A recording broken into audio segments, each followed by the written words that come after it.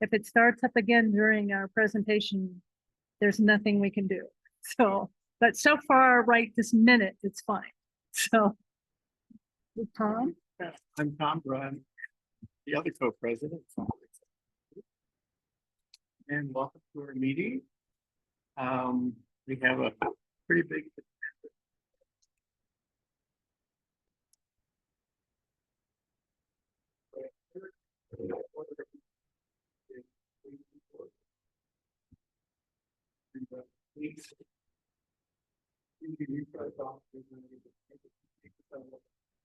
they sent us a very quick layout of what's happening. We look at that.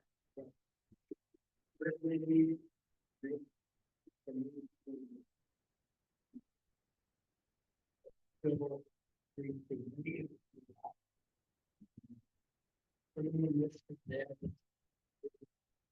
they're seeing with the cluster of roads up near federal. You look at the maps. Over near federal 60.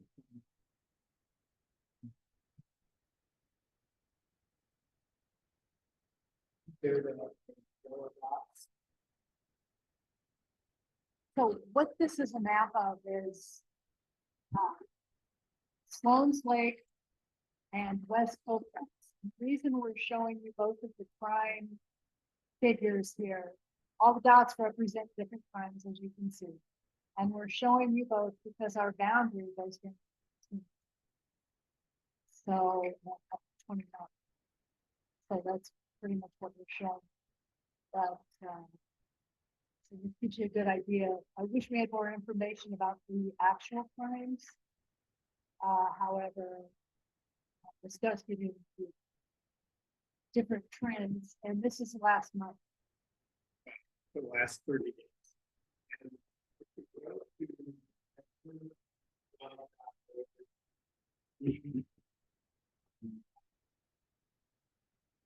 get to that.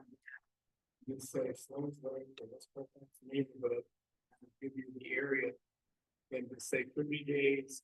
And then if you use your cursor and hit any one of those dots, then the date of the events, the time of the events, and if you prove it.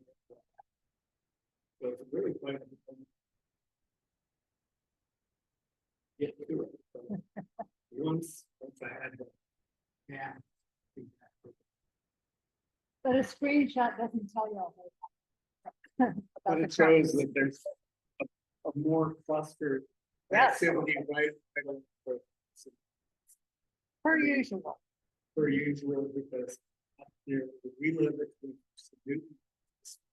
one thing which was public facility.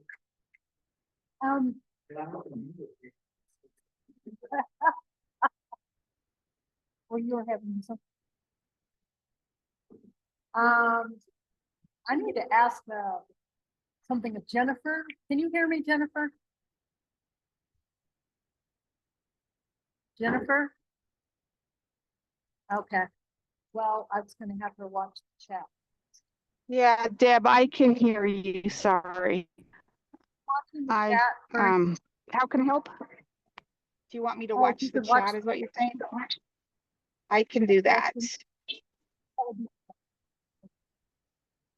Okay. So let's see. You want to go ahead and go to? We can talk about this slide up there. Yeah. Oh yeah. Lorraine.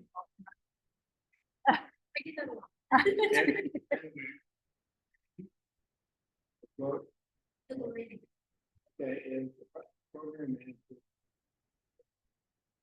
And this is got the benefit here.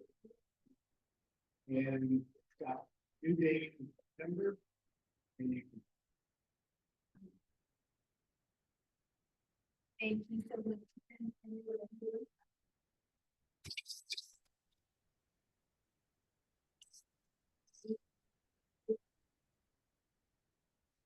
This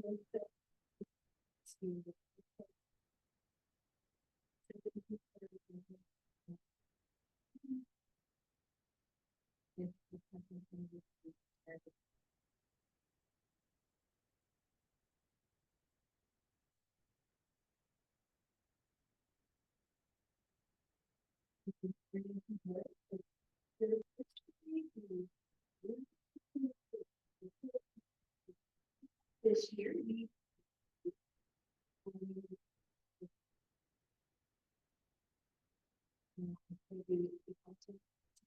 to move to help them out.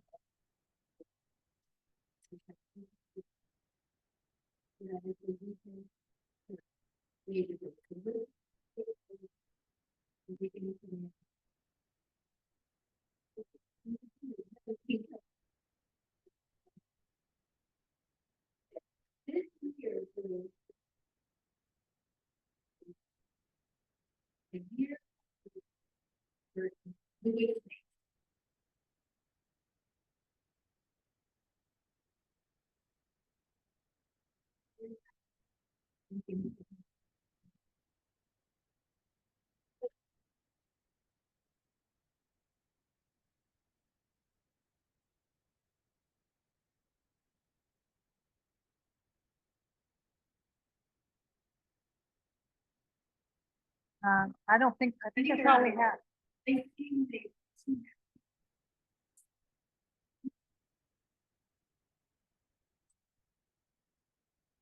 No. Okay, I didn't give any.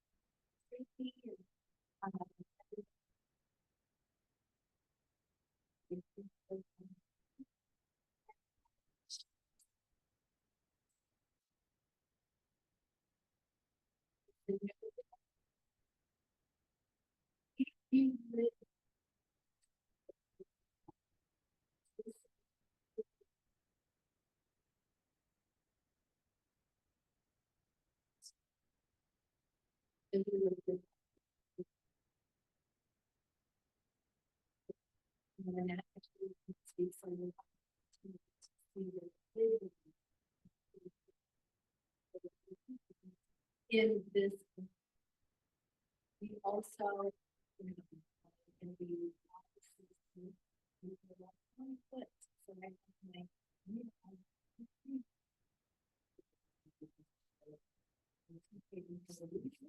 Everybody.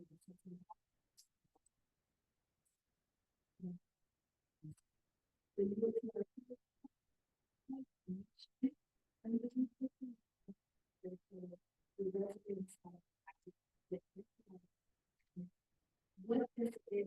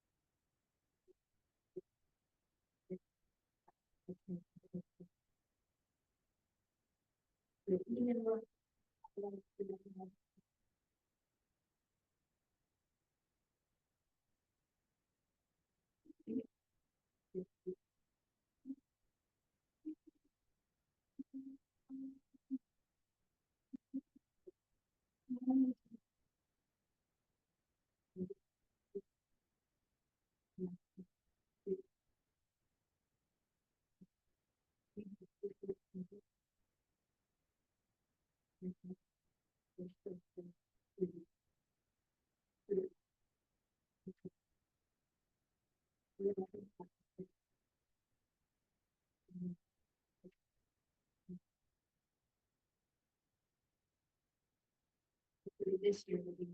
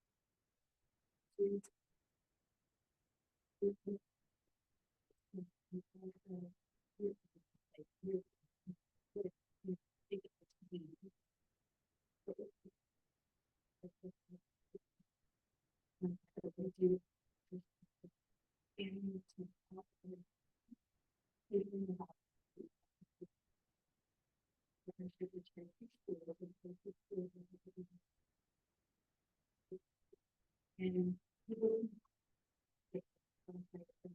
it's a little bigger than that.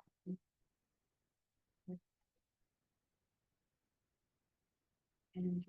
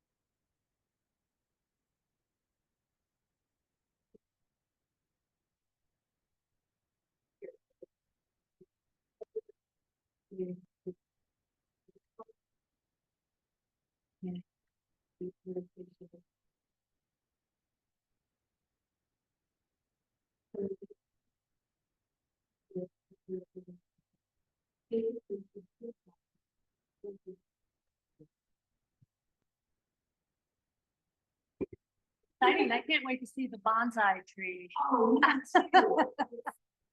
It's really large. Also,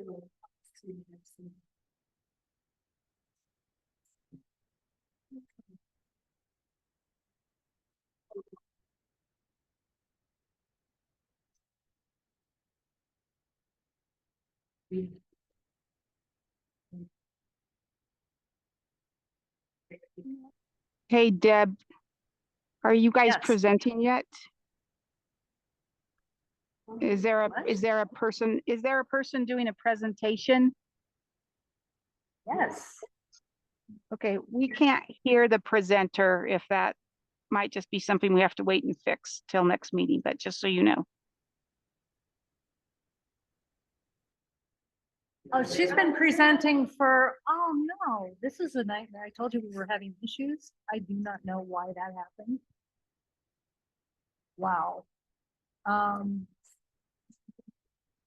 Can you hear me, Jennifer? Yes, I can hear you fine. You're right by your computer's microphone. So if there's a way to put the Zoom meeting on a podium, maybe, I don't know. Put the, not what do I want to say, the laptop that you're using, if you could put that on a podium, you might cure it.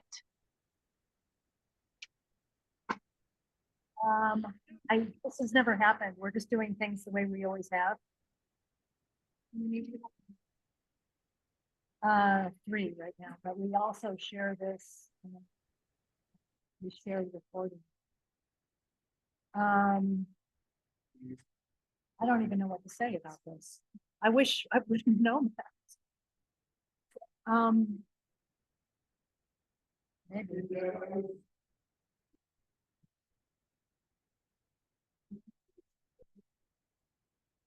She had this.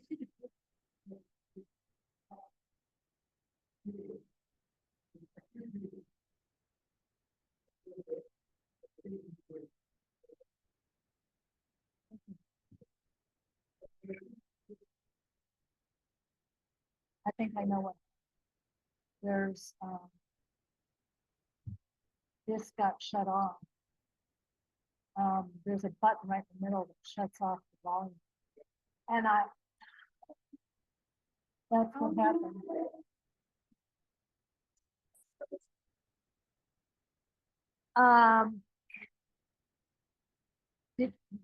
When did you quit hearing, Jennifer? When she started presenting is when we quit hearing.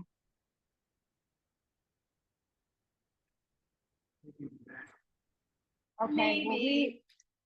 I'm so sorry. For do a quick little. So I can hear you good now. When you said I'm sorry, that I could hear you almost perfectly.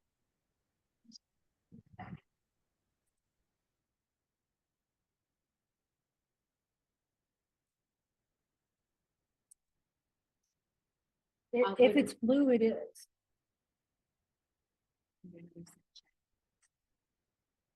Okay, see, okay.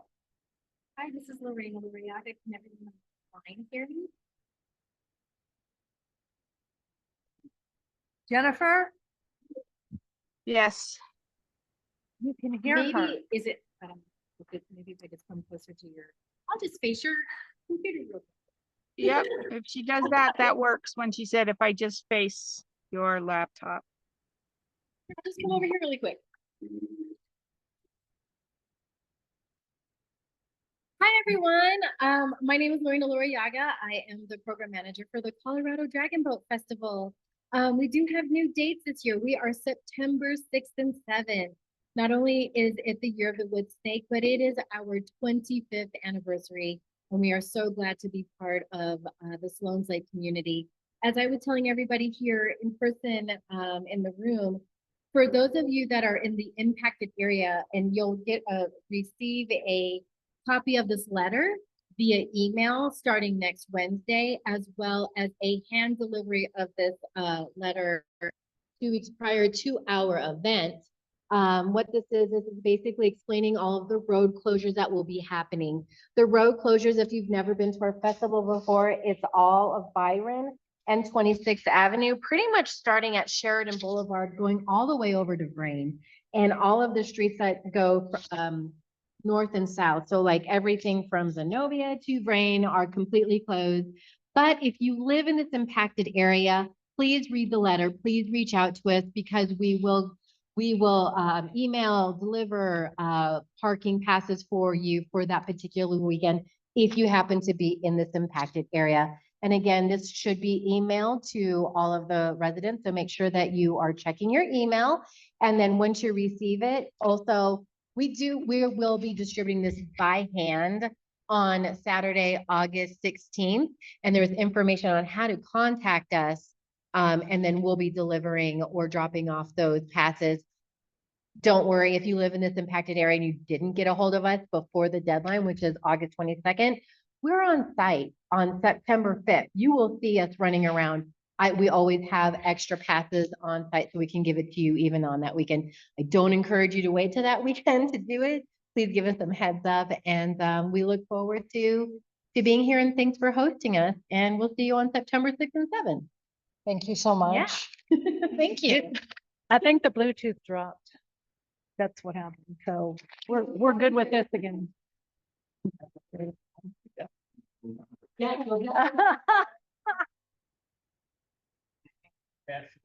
Oh, thank you so much. Does anybody live in a street like the Here you go.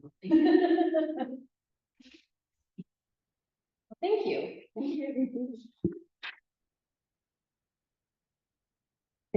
Are we gonna talk about Wellspring next, do you think? Yeah. Okay, Well powered. Oh, If you okay. could find this slide. it's right. That slide? Yep, I didn't get that slide. I sent to you, but anyway, When? when I sent all the others, but anyway, so well powered is a, home for people who have been recently homeless. It's a brand new facility and it's located, 10th and Sheridan. There's like 3 projects that are proposed for the area. This is the first one that has been, completed. We do have a little video talking about the unit studio apartment. When we visited for the walkthrough about 3 weeks ago, they had 30 people housed. There is not a waiting list. They have 30 more people, but they're trying to find them. Some of the homeless people are hard to find. But if you click that to get it going, Deb.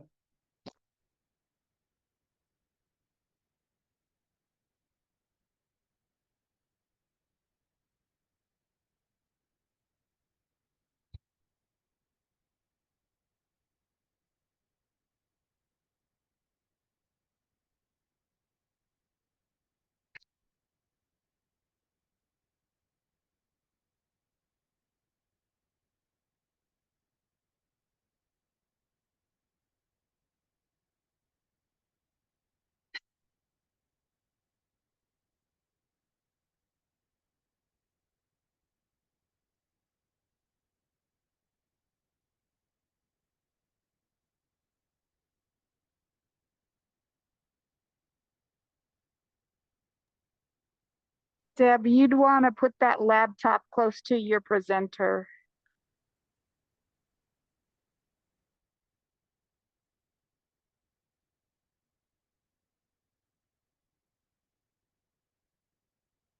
There is no presenter right now.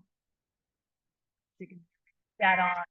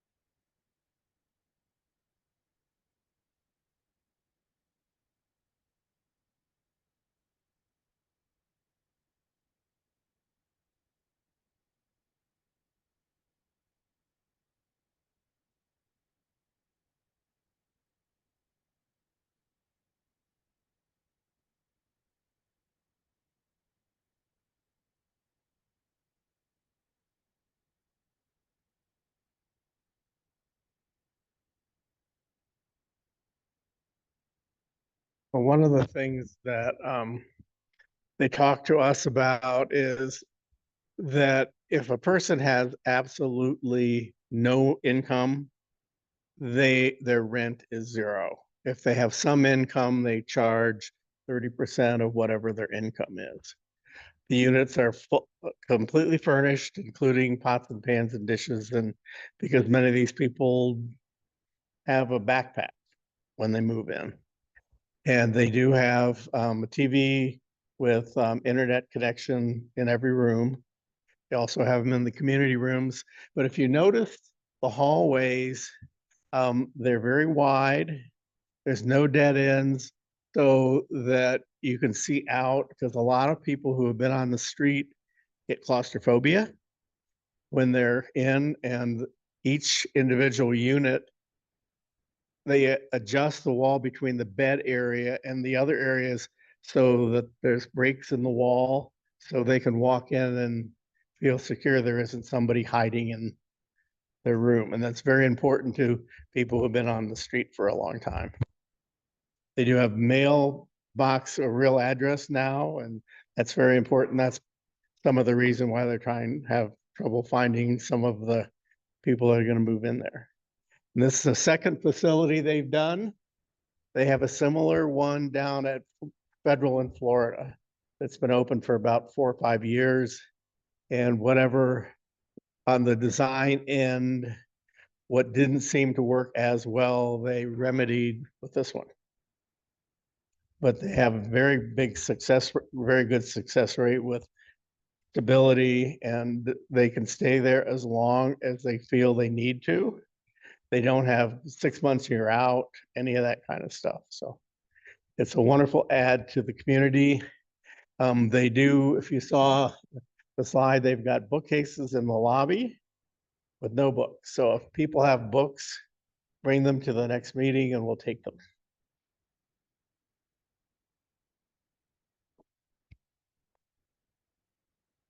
Thank you. It's so encouraging. There's so much bleakness in the world. It's very encouraging. Does anybody have any questions?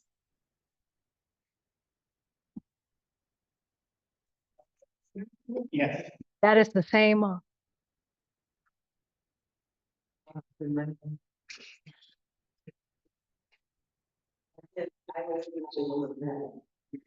need to repeat the question. You need to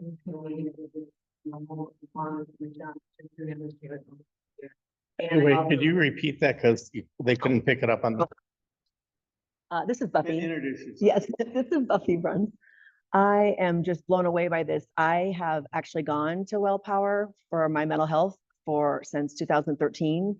And I was actually homeless for a year. I had the father of my child had a lot of money, and I was a federal witness against him with the SEC and the FBI. And I had an IT business, destroyed that, took my money, took my home, took my son, destroyed all my property. And then he threw me on the street. I was homeless for 11 months.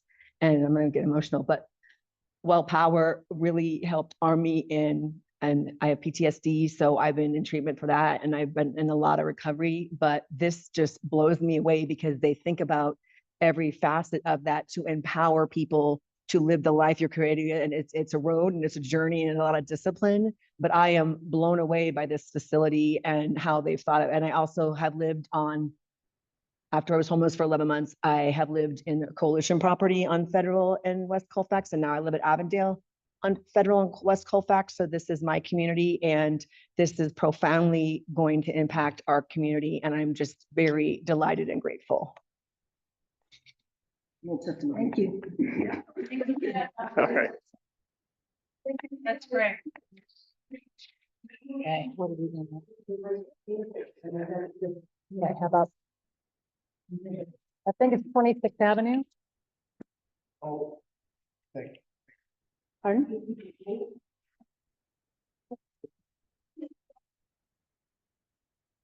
She said she wasn't going to make it, Okay. that she didn't think she would make it. So, Okay. all right, we're going to talk about 26th Avenue and all the changes that are happening. I'm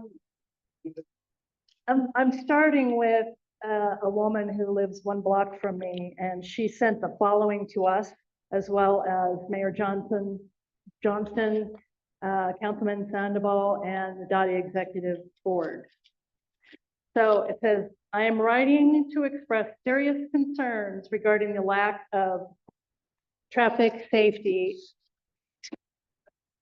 26th Avenue, particularly the north side of Sloan's Lake Park, between Lowell Boulevard and Sheridan Boulevard, a span of approximately 1 mile.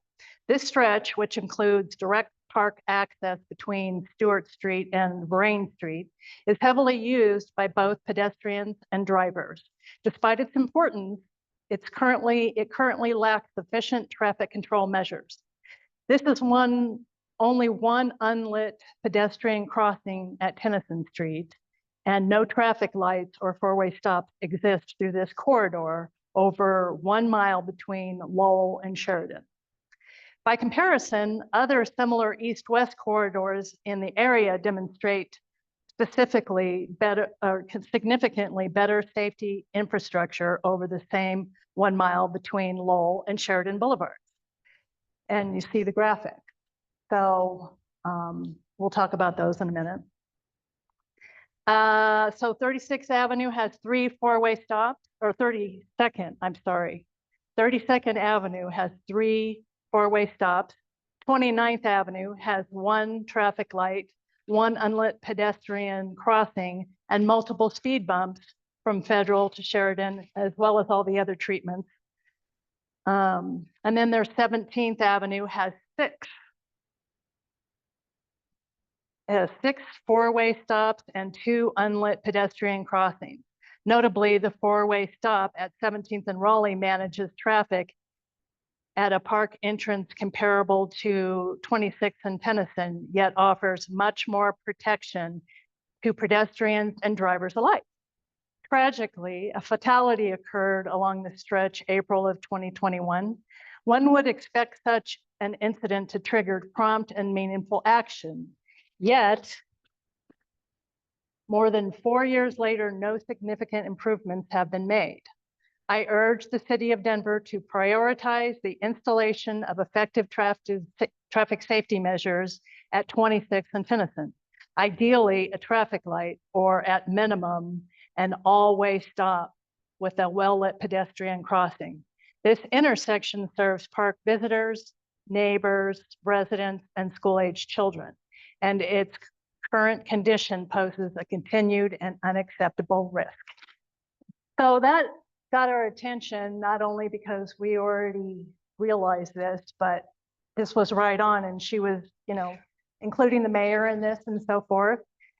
So there was a response from one of the directors of Dottie, but right now we can talk about these are her graphics as well. So you can kind of see what's going on here, and what she's looking to do, right? And you can read the issues that she has, and we very much agree that more measures need to be taken. That's quite a drive from Sheridan to Lowell, really, with just that. And you wouldn't even need to stop unless somebody happened to be crossing. So I very much agree. She did get some good attention for this. This is another graphic, and you can see what's going on 17th. They get all the attention, right? And just look at 26 in comparison. So, and I'm sure, how many people here have noticed the increase in traffic on 26? Because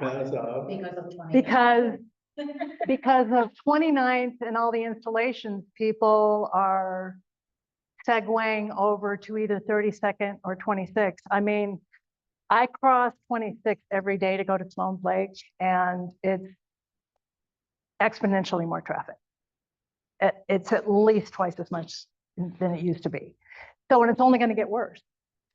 So we're really happy that she brought this up, and I'm going to show you let's see. So here's this is also confusing. So apparently they're going to be changing out this is the one traffic stop if there's pedestrians nearby that people have to stop by law. You guys are familiar with this, I assume, most of you. This is Tennyson and 26. And I guess a lot of people have said that, see where this black car is, if it's to turn left right there, it confuses people and also backs up. If they're waiting for all these, 50 cars to drive by, they're backing up things quite a bit. So a four-way stop is good for a lot of reasons. And they are planning on doing it. And then I will read you more about this. Mentioned that going south on Denison, the entrance to the parking lot is not directly across. Right, it's right. That makes it not a four-way, it's going to be more of a three-way. Or five. Yeah, yeah. I guess were you able to see that there? No. Actually, do you see that right? Right past that sign? That's the actual entrance to the park. And so you can see it doesn't line up. It won't be a four-way. Okay, so one of the people that was copied in this email is Rolando Melgoza, sorry about that. And this was his response. Dottie is currently finalizing design to rebuild the intersection with new geometry. Existing design confuses drivers on the right-of-way and yielding movement along the crosswalk on the east leg. New design will eliminate the semicircle design on the south side and reconfigure the intersection to a single junction and include an all-new, all-way stop sign. We are finalizing design and will select a contractor this fall with construction starting in the spring of 2026. And this is regarding 29th. Dottie is setting up a post-installation study for West 29th Avenue.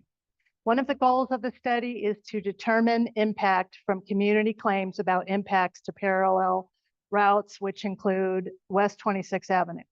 Dottie will collect speed volume data that we've allowed for traffic patterns to normalize following the installation of our West 29th safe, slow street.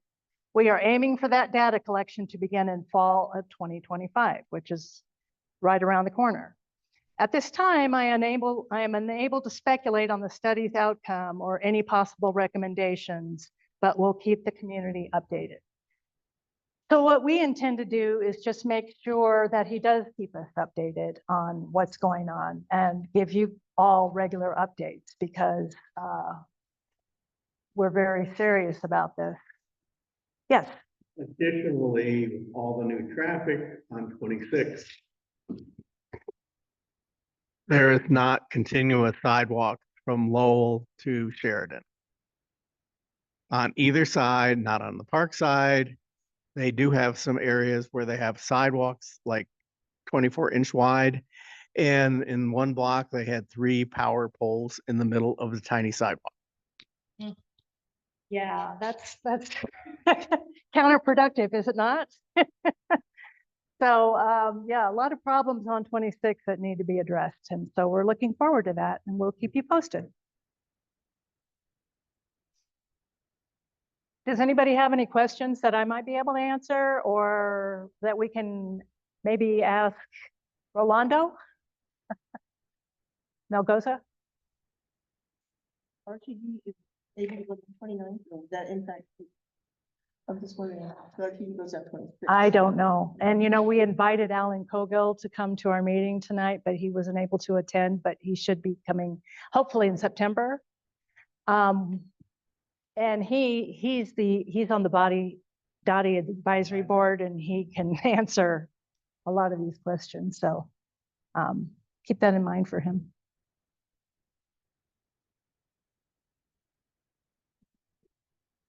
And next, it's the renovation of the boathouse.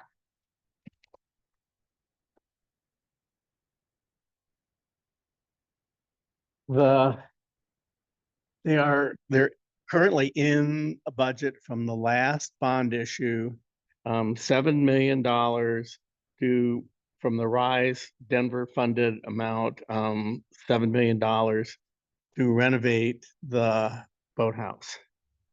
The historic 6,000 square foot Sloan's Lake Boathouse will be redeveloped to anchor the Sloan's Lake Marina area, currently operating as headquarters for the Northwest Park Maintenance District.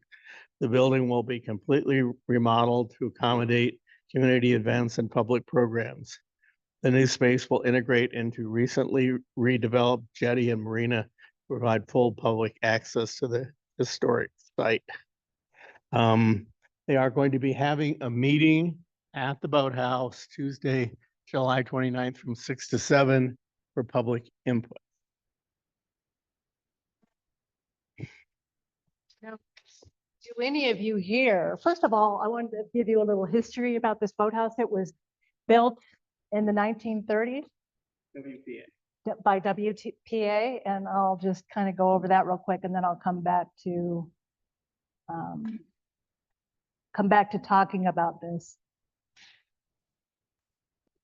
WPA, later renamed Works Projects Administration, was a major New Deal agency in the United States during the Great Depression.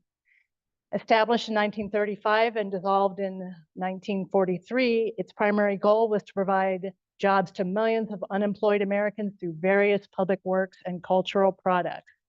Founded by Franklin D. Roosevelt and Harry Hopkins.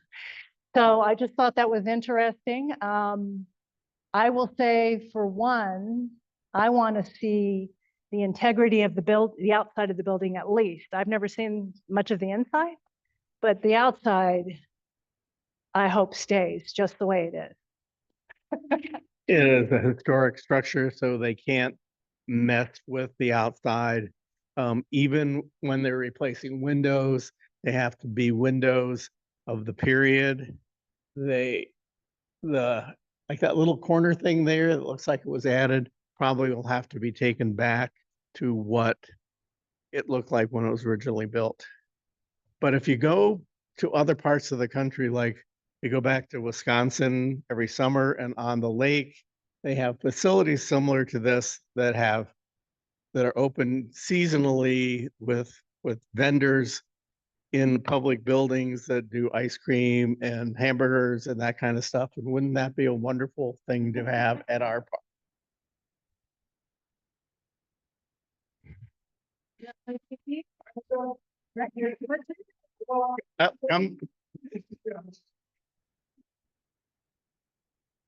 One is that I think we could use this as an opportunity for our neighborhood group to actually really do something here that's like a productive part of our neighborhood. And I think we could send a survey out to our list and ask what people think. And then I think we could write a letter on some of the collected ideas. But I totally agree with you that I think this obviously, keep the historic aspects of the building. There are other facilities in other places around Denver that are also the historic Mulkery. I don't know if any of you have been there, but in Montclair on the other side of town is a really good example. It's a historic building, and the Montclair Neighborhood Association gets free use of it, and everybody else has to pay like $250 every time they want to use it. So I think that our group and other neighborhood groups around here should really push that. We should be able to get access to this facility, and it should be like state of the art. They should have a projector in there. They should have a TV or something so that we can have, obviously this is a great space, but I think we should plan for the future as well and say that maybe there will be ourselves or other groups there that would be able to use that space for community meetings and things like that. I also think it's a great opportunity to do something like a coffee shop or a vendor like you're talking about, and really do something with the outside as well, to create like a, sitting area and trees and everything around there. And I think that this group could write, a letter or get a collection of thoughts together from the neighborhood, and really use this as an opportunity to kind of bolster our people that are interested in this group as well, and using this as that kind of an opportunity to provide feedback. Think about that. Next is right around the corner, yeah. Yes. Okay. Survey.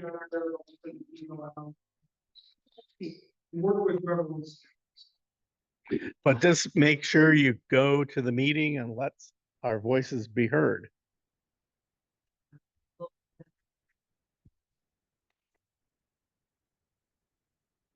Local family-owned enough spaces, in my opinion. I think that would be fine for there to blow up their. There's a really good example of this down south. Yes. It's awesome. I think just like this is. Yeah. But it's a really great setup. Thank you, Keith. And I will introduce Keith. Keith is auxiliary to our board of Sounds Like Citizens Group, but he's also president of Denver INC and our neighborhood cooperation. He wears several hats. I would just invite anybody, if you do have other ideas down the road in the next week, week and a half, email us and let us know what you think. And if you have any ideas that we can pass on, if you're not going to come. But we'll be talking about it in the interim.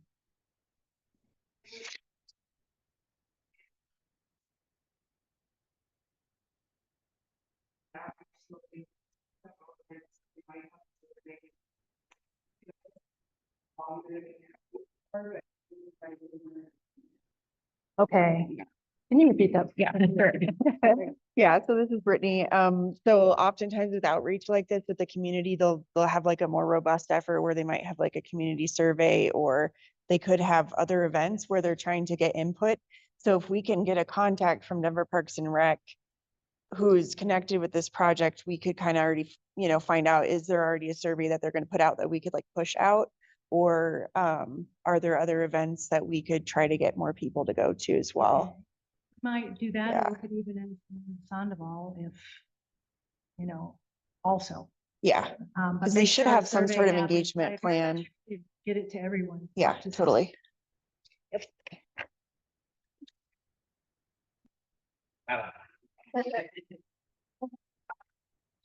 A side note is that they can't do any of the renovations to this until they move the park maintenance people down to the gun club, and they need to redo that building before they can move out. But that has also been funded by a bond. So the money's there, they just gotta do it.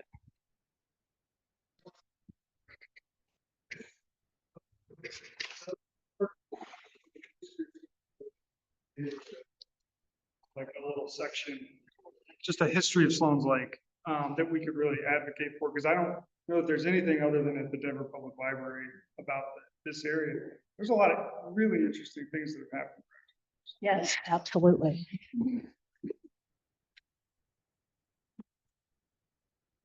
Okay.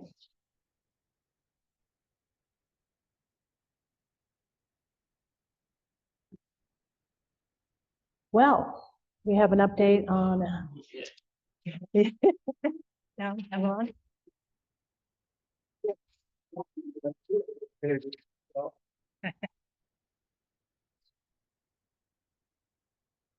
Hi, this is Buffy Bruns again, and I live in Avondale.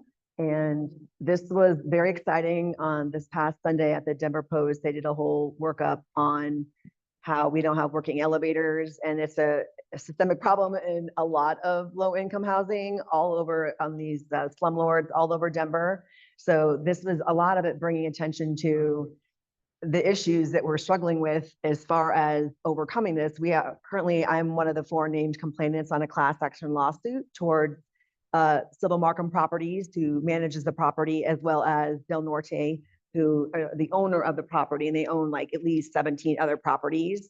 So this was really imperative and extremely helpful because it's showing the light on the problem of the people that are set up to mandate and regulate and enforce are not doing their job. So we're having this with the fire department conveyance, which operates the elevators. We have the same issues with HUD and CHAFA, who have tons of, so all of it's starting to converge. And I have to, like, we have our garage doors in. They worked for the first time today. I have goosebumps. we're still recording. I can show you guys after class, but this is not class. But so our garage doors, just back it up for people that don't know. One of our major issues is there is no security. So we have an endless amount. I mean, we've had 3 deaths of people ODing on our stairwells. We have countless number of criminals that steal our packages. They get in, they defecate, they urinate, they have sex, they have needles in our laundry rooms. They made the fire alarms go off. It goes on and on and on, and it just makes the place inhabitable. And it's not going to mitigate the problem, and it's going to take some time. But shutting those garage doors so they don't have unfettered access to our building is like, oh, who let the dogs out type hallelujah moment.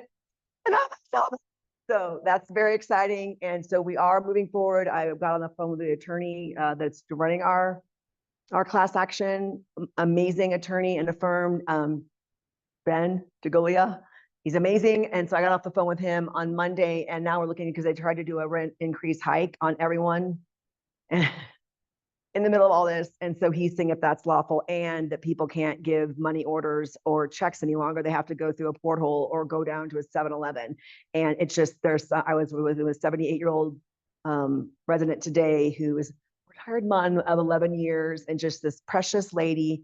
And she does not have a phone. She's blind. She doesn't have internet. And so for her to have to go down to 7-Eleven with cash in our neighborhood, so we're waiting to see what the attorney says on that, but we're really moving forward. We just want to celebrate these monumental moments of getting, we're really moving forward. We really appreciated your all's support and collaboration, and just genuine, concern for us in the community. So thank you.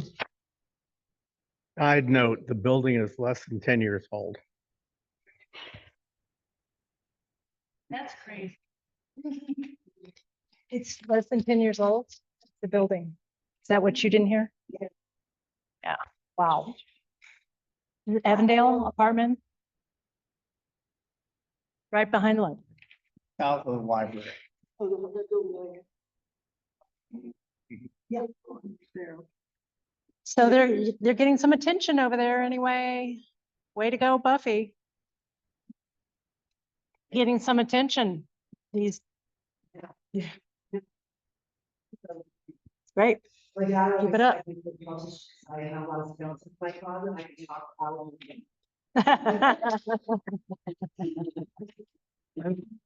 This piece of paper here, this is the text of the lawsuit. So. Wow. 23 pages of reasons why it's a mess.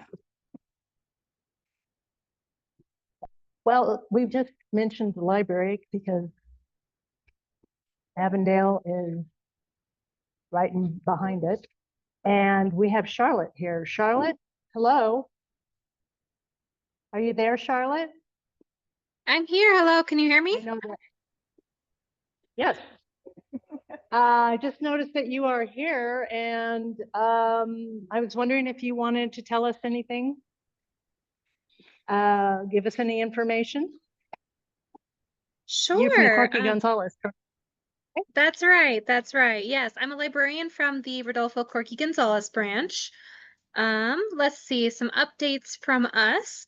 Our Summer of Adventure program for children and teens has been going well. That is going to be wrapping up on August 10th. So if you haven't signed kids up, or have, neighbors with kids that you need to let them know, they have until then to get signed up, get their prizes, and everything worked out. And we're getting ready, planning for the school year, and that's pretty much where we're at about right now. Okay. Thank you. Thank you for attending. Good to hear from you. Happy to be here. And if you guys have any questions for us or ever need something from us, definitely don't hesitate to reach out and let us know, and we'll see what we can do for you. Thank you. Thank you, Charlotte. Hey, Keith, any chance you want to talk about?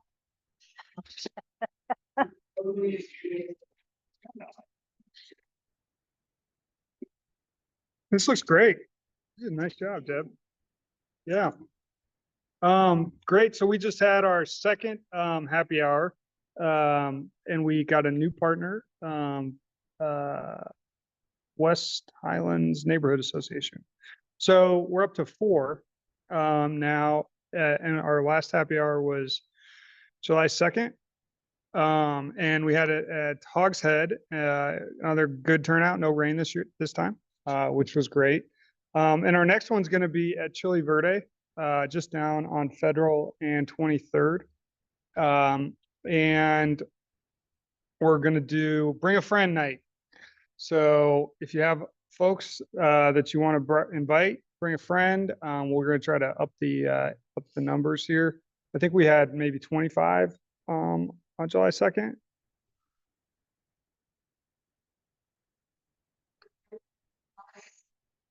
I don't know. I'd say 40 probably, but I don't know. I mean, if you're standing, but bring as many as you can. It's going to be a party. So yeah, I think this is getting off to a good start, and it seems to me that everybody's enjoying it. Is that kind of a correct feeling? I don't know if you all had thoughts on how it went that you want to share, Deb and Tom and anybody else, Linda? Yeah.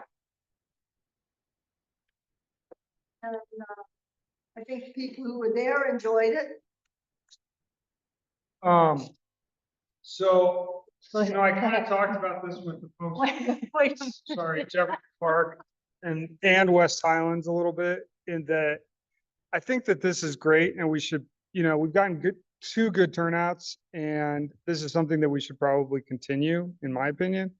I think it would be great to kind of see if each neighborhood would maybe take 3 happy hours a year. And then there's Sloan's like Park Foundation too. But that we could basically get 12 happy hours already like set up for a year, which would be great, easy and good to coordinate.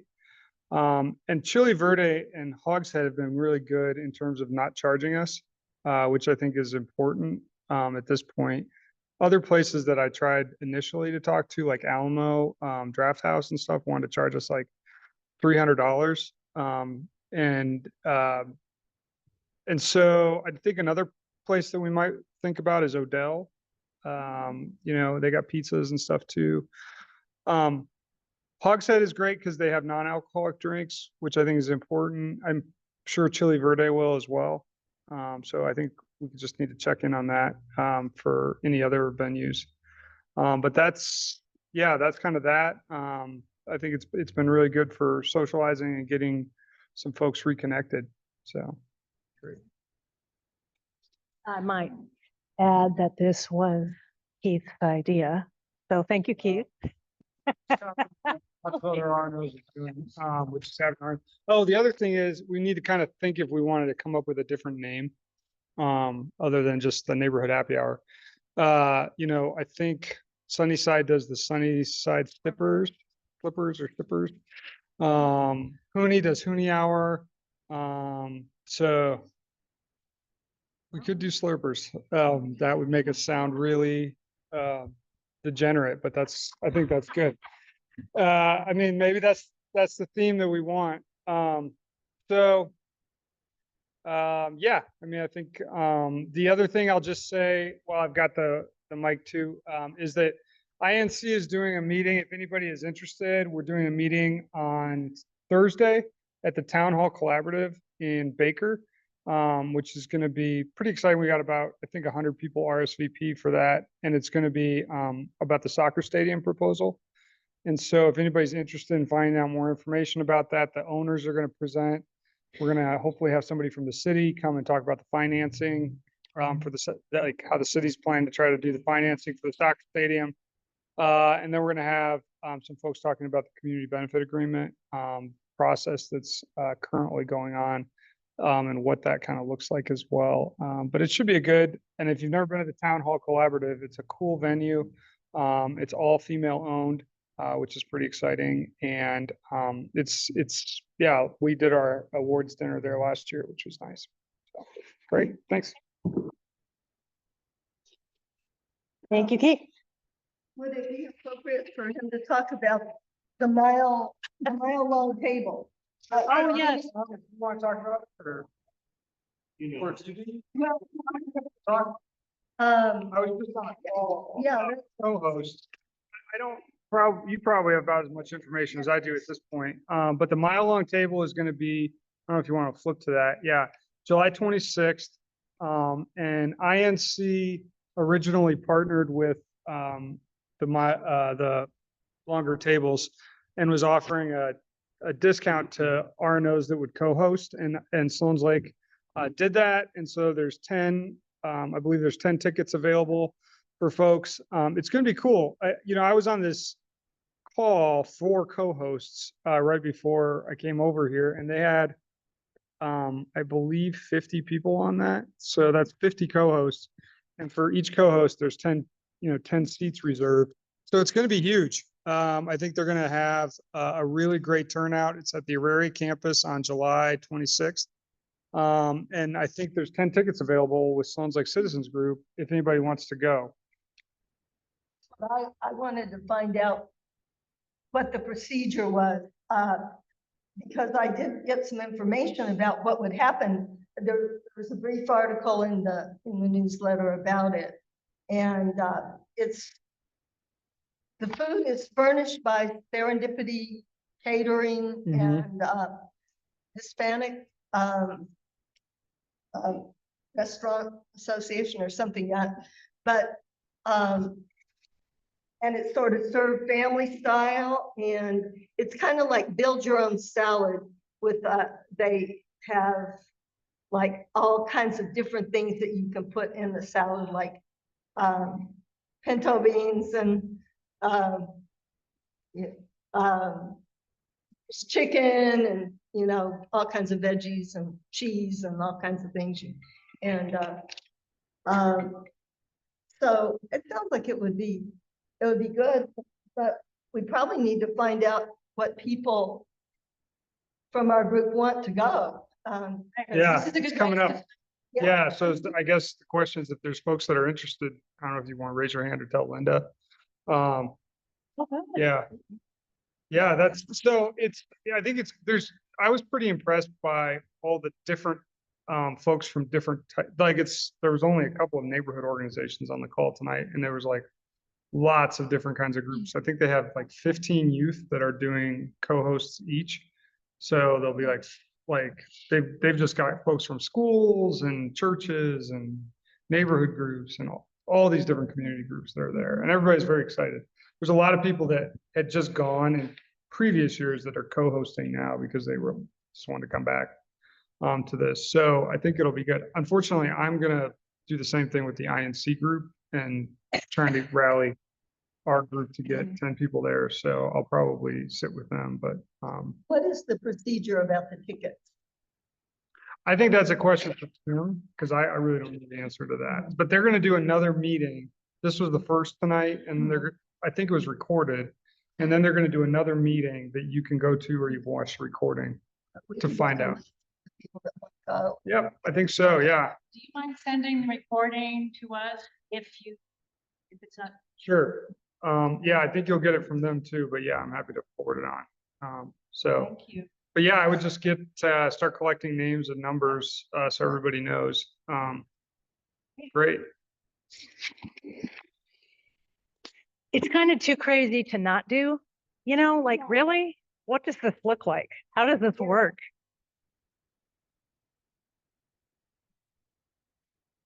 Yeah,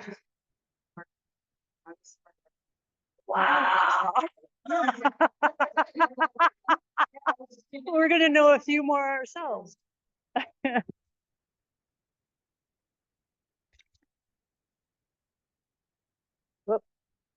Well, what we do have is, I guess we saved this for the end tonight, is the slide deck from Councilwoman Amanda Sandoval and District 1 slide deck.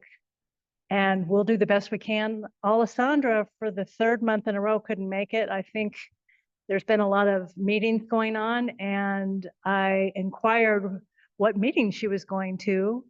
And she said it's a flock camera meeting, teach-in about it and ice and flock cameras. So I thought, well, that sounds very interesting. And so I'm glad she's there. Yes. So I'm going to try and share the slide deck. We can burn through that real quick. And do you? Okay. 30 seconds each. Okay. Hopefully this will go well at the moment. There it is.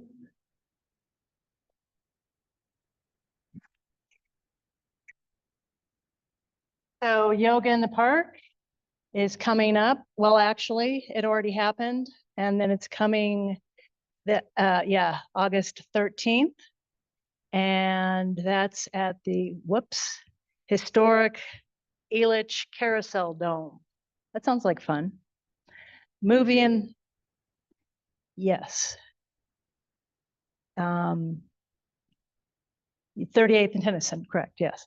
And Movie in the Park is happening at Zuni Park on 8/15, and that's going to be, what's the Minions fourth one?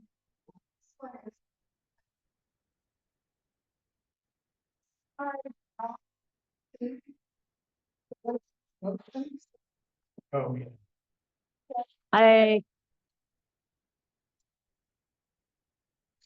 Okay, I'll have to check into that.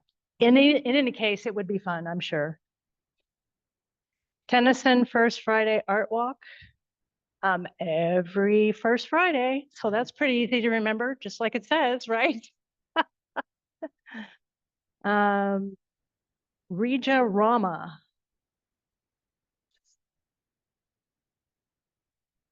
Okay, so there's lots of free movies around. This is July 18th. Oh, Inside Out 2. So the other one is the Minions. What is it? Despicable Me 4 is what is playing.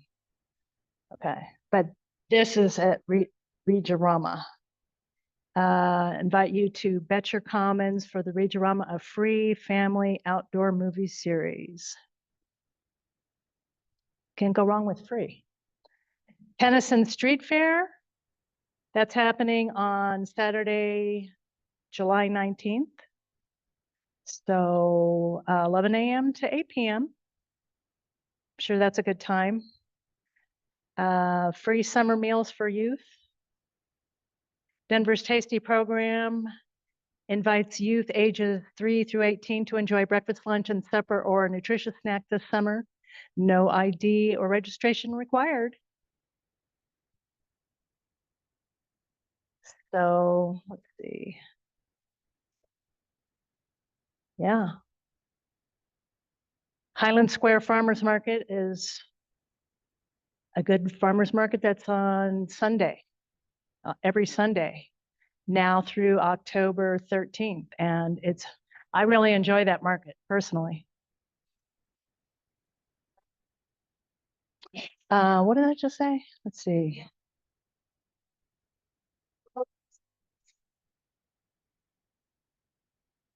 Yeah, it doesn't say when it starts. Speed limit, yard signs. So all you people who want everybody to go 20 miles an hour, get your sign. You email the district1@denvergov.org. Join Mayor's Youth Commission. Mayor's Youth Commission helps youth develop leadership and skills and advise the director of the Office of Children's Affairs on Denver youth issues. To qualify, applicants must be a Denver resident or attending Denver Public School, high school in 2025 or 2026. More youth programs. Youth program locator, customize a search by location, age, cost, days of the week, program type, and more. Mayor's Youth Works Initiative, Denver residents 14 through 21 years old that already have a job offer at the time of application can receive $500 bonus for working 100 hours or more during the summer. DPS Summer Resources. This site is lists Denver Public Schools programs and resources that are available for children and families across the city, and tasty food. This summer, there are 28 locations, including rec centers, libraries, summer programs, and public pools that will be serving free breakfast, lunch, and supper, or a nutritious snack for youth 13 through 18. No ID registration required. Just show up and eat. Holiday waste collection looks like that's going to affect you on the week of Labor Day, Thanksgiving Day, and Christmas Day. Are you interested in land use, environment in Denver, or etc.?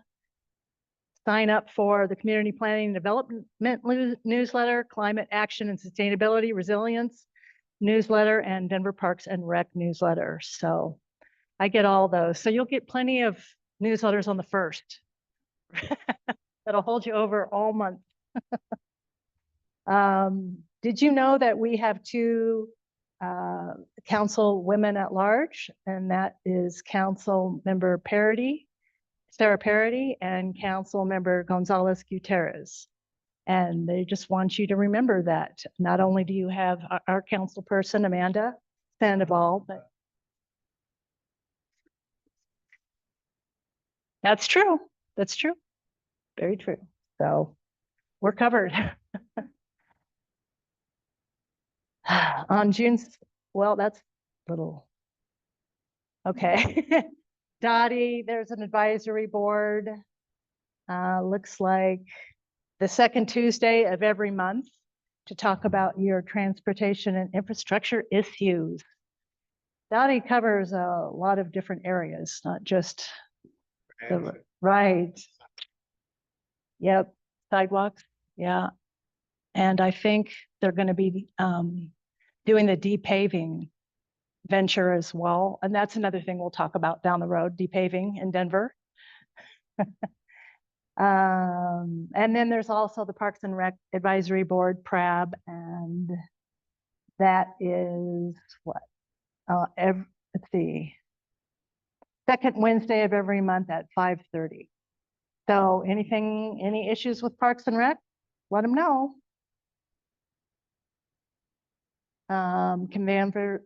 Commanders Citizens Advisory Group, CAG. Linda and Tom go there every single month, don't you? What would you say about it?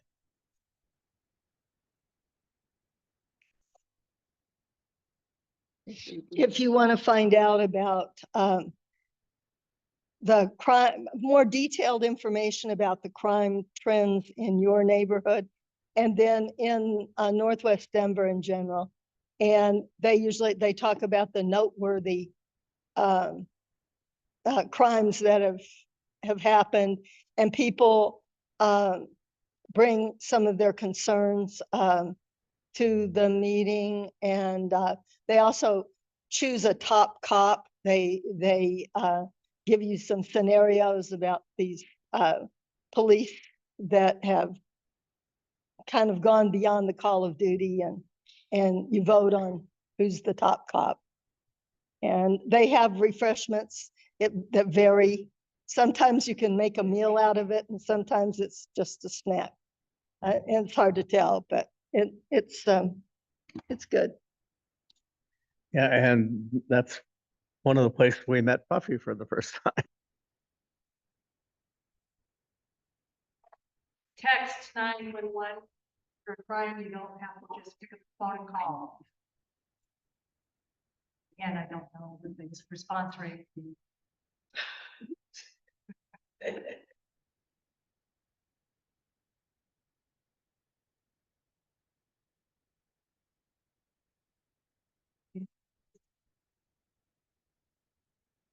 Manager, Toronto.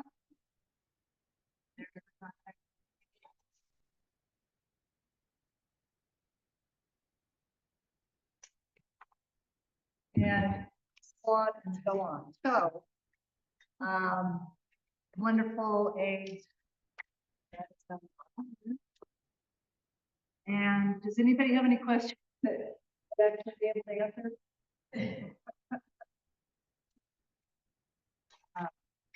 Maybe Alessandra will be here next time and that would be good. Yes.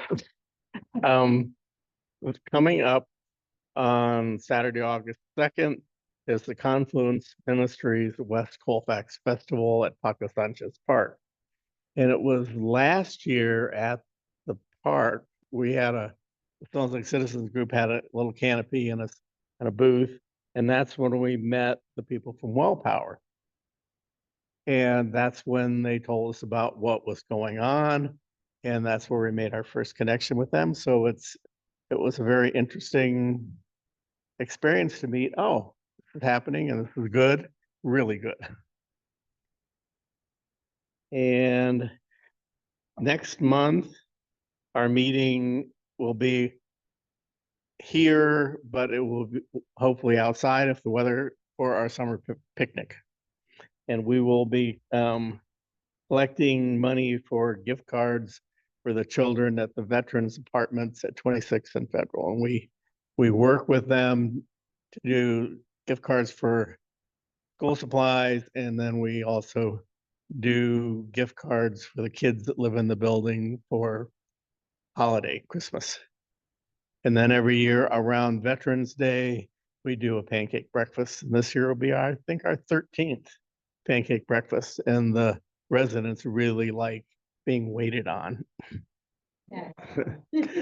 Well, you have to honor the veterans. You have to be a veteran or a spouse of a veteran to live there. And they do appreciate our remembering them.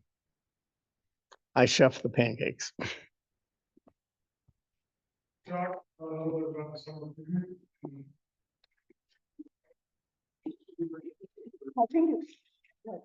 of It's potluck. Yeah.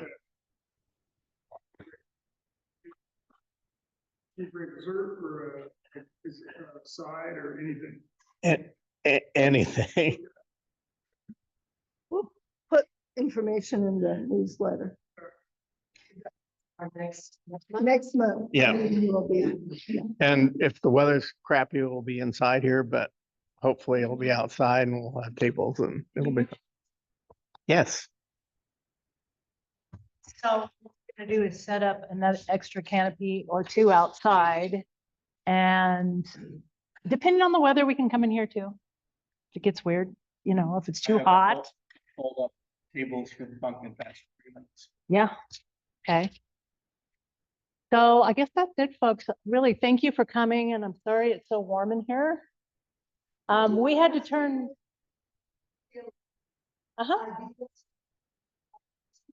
Yeah. Yes. Does anybody have any subject matter you'd like us to look into and cover? Or invite any speakers, anything? What would you like to see Sloan Lake Citizens Group present about? Say that again, please. I'm sorry. Have we had anyone visit to talk about like history of Sloan's Lake? Because there was an article in the newspaper like a month ago that was really interesting about the lake and how it went like all the way to Federal almost, and they had like a private like ferry for the hotel that was like close by. Yeah, and so I was like, oh, I didn't know any of this. So if we had someone that was like a local or a history buff, I know like, I don't know if Colorado History has anyone that, or other groups. Yeah. Yes. Yeah, so I think that would be kind of fun. So that's a great idea. There's any number of people that can present on that. So, okay. Yes. Thank you for that. Yes, especially since so many new people are moving to the area. there's a book, the amusement park at Sloan's Lake. And it focuses mainly on Manhattan Beach, which was the amusement park. But it does tell quite a bit about the history. Yeah, too bad we don't have that title on us right at this present moment, but Well, it's called it's called The amusement park at Sloan's Lake. We could even have Kurt Weaver come Yeah. because he loves talking about the history. Maybe that's who you were listening to, or what was it? Oh, the article. Lake, and I don't remember who wrote it, but I just thought it was really. Oh, that's the one I was talking about. What is, yeah, okay, I'll have to get her name. Okay, I'm sure she could find out a lot more. Okay. One other thing I wanted to mention. Please. I noticed today there's City and County of Denver has put out a survey of kind of getting people's feedback about neighborhood organizations and like what they want to see from them and just more information. So I don't know if you have the link to that or if you want me to send it to you, but I feel like it's kind of helpful for, I don't know, maybe it's a yearly thing and it doesn't go anywhere and I just Know more about being. one of the- Yeah. Well, so there is this survey going out about, there's an ordinance that goes back to the 70s that INC actually helped get passed that requires notification of RNOs or neighborhood organizations of zoning changes, liquor licensing, and a couple of other things. And that's all part of the kind of general ordinance. But compared to other cities, Denver is very far behind in terms of their neighborhoods. For instance, and neighborhood associations.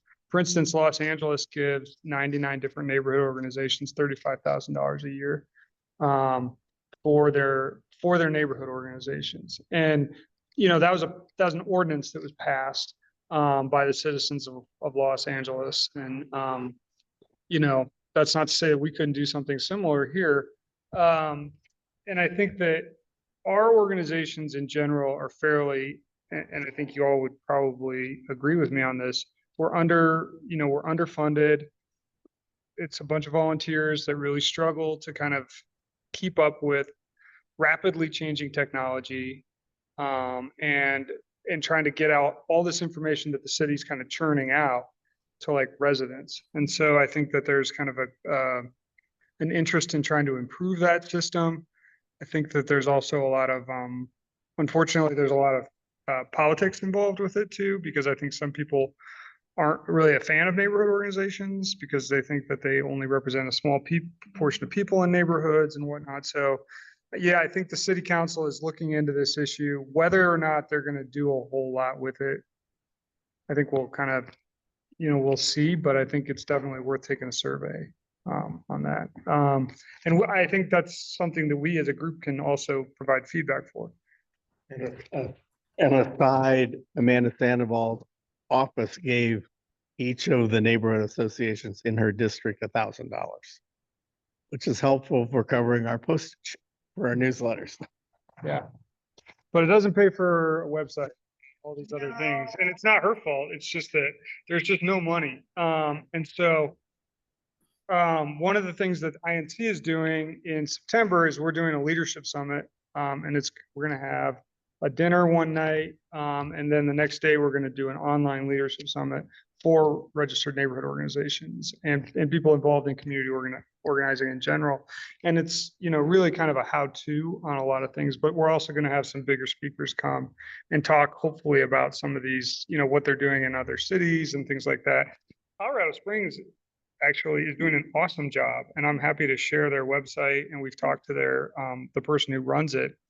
It's actually run by a nonprofit group that the city gives a lot of money to, but they have like staff for different quadrants of the city to help neighborhood organizations and funding for them.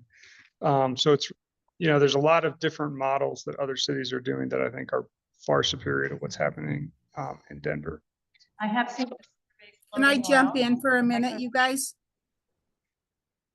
Yes. Deb. Yeah. Oh, Definitely. sorry, there's somebody in the community room ahead. speaking. I'm sorry. No, go ahead, Jennifer. Okay, thanks so much. Charlotte put in the chat that they do have the book at the library, and I'm sorry I'm backtracking, but I didn't want you to miss it. The Amusement Park at Sloan's Lake, The Lost History of Denver's Manhattan Beach by David Forsyth. So, I also, Keith, you know, before we go on to the next subject, why wouldn't $1,000 be enough for a website? I mean, the annual membership is what, you'd have to make it yourself. You're saying you want a designer on it. Is that what what I'm hearing? I mean, You know, I mean, we can have this discussion. I'm happy to have it a different time too, but like, you know, if you're gonna build a website, you're gonna run it and you're gonna have somebody update it regularly. You're gonna have, you know, all these things that kind of need to happen for an organization to be functional. It takes a lot of money or a lot of people's volunteer hours to do it. And a lot of organizations, neighborhood organizations don't have people that have an infinite amount of free hours to learn new technology and to do it well. So that's kind of what I was saying in a nutshell. And interestingly enough, I've long felt that we need a new website ourselves. So well, I we'll be working see on it that at as some point. we have a website, right? And I guess my Yes, we thing do, but is, it's not ideal. yeah, I mean, the website to me is a brochure, so that's why I don't know that investing a lot of personal service budget into it is good. And when I say that, I mean payroll. Okay, we'll talk Yeah. about that at the board meeting. How about? Okay, anybody have anything else? Buffy? Yeah. Oh, I have it. Okay. I'm trying to. Okay, and then Tom. Okay. Couple of things.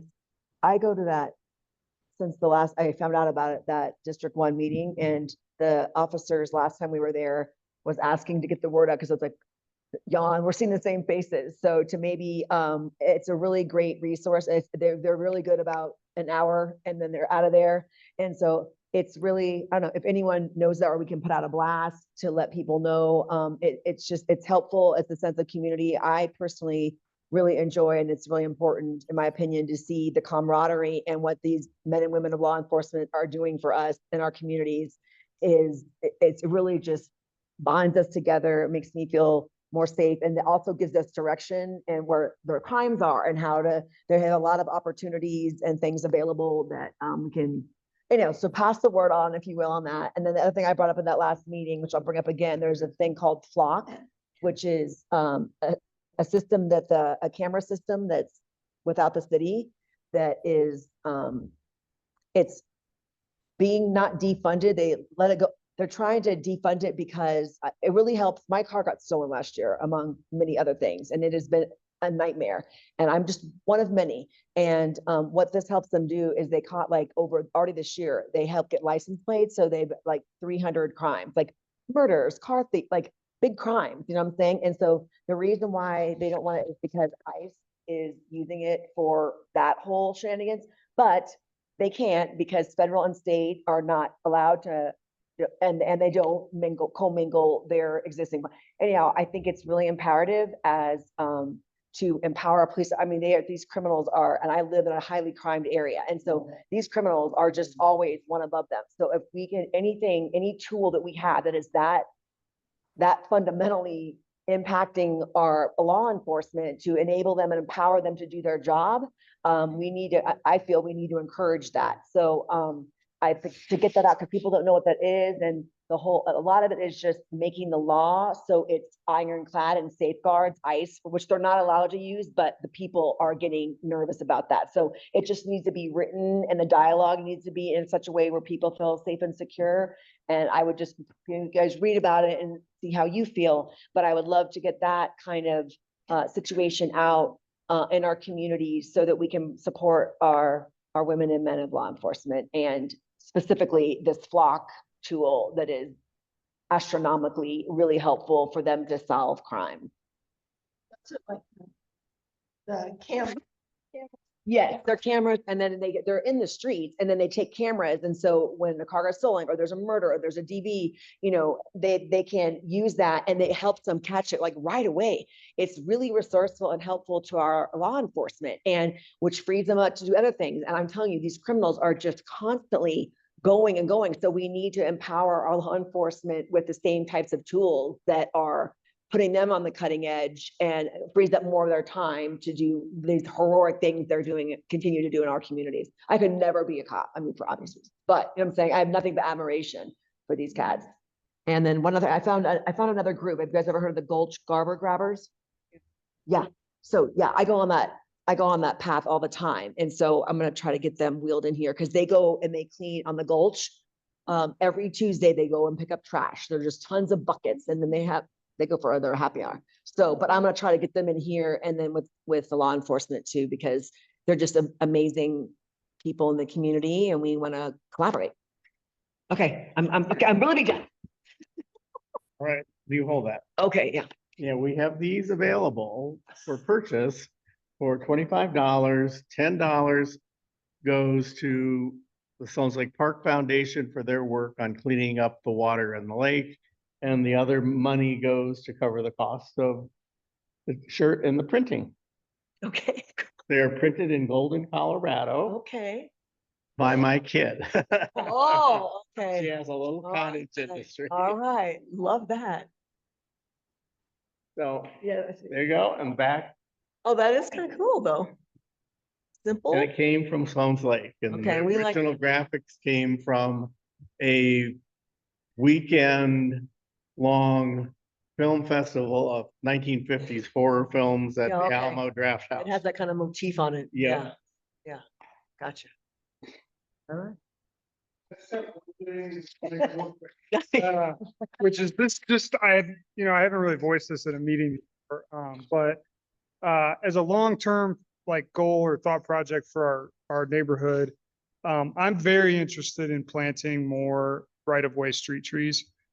We live in a heat island that is under-treed, not as bad as the stuff to the south of us, but is still, I mean, if you look on any digital tree mapping area, we are in a heat island.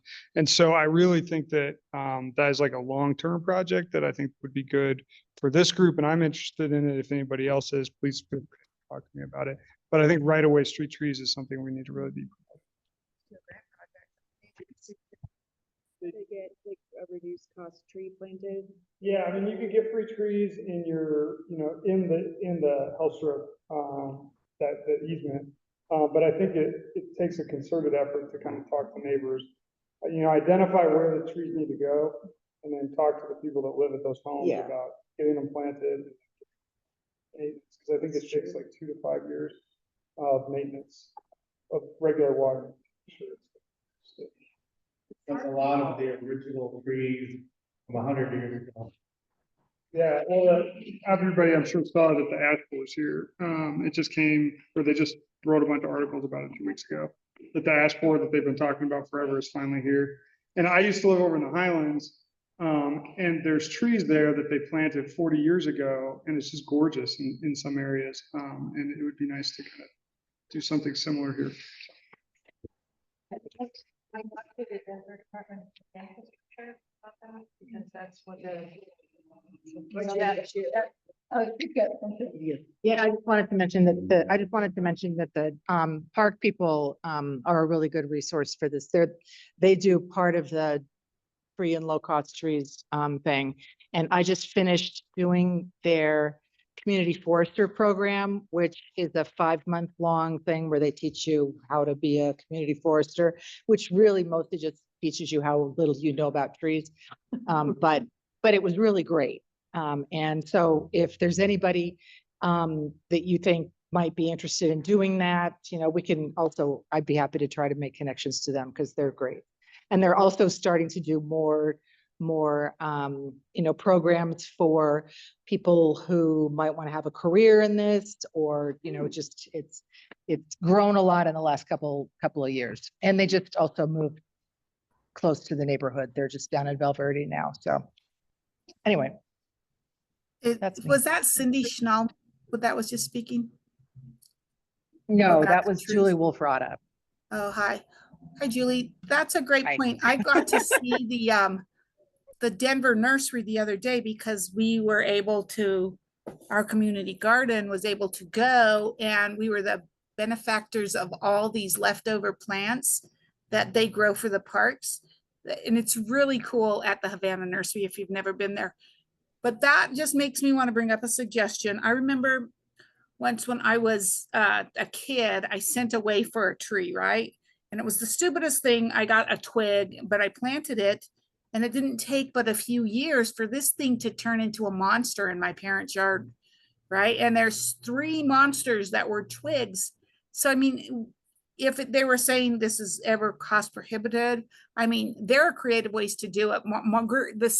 My trees, there's 1, 2, 3, 4 trees in my yard that were seedlings that I grabbed out of my dad's yard that were just like going to be thrown away, right? So you can make some really cool, well, I don't know what you're calling them, forests. I think I have a forest in my yard. Probably all my trees are seedlings. I've got these 3 horrible elm trees, but they are the greatest shade. I have passive air conditioning, so you can actually do it for little or no cost if you really had to. Absolutely. And so I think our public comment period is over, and we can all go outside and cool off. Yeah. I'm Bucky. Would you put your contact information on the sign-in sheet? I can. Okay. Thank you. Oh my gosh, I just love. But anyway, Jennifer, who was just talking, lives really close to you. She lives at Irving and Canejos, right across from the Cheltenham, the school.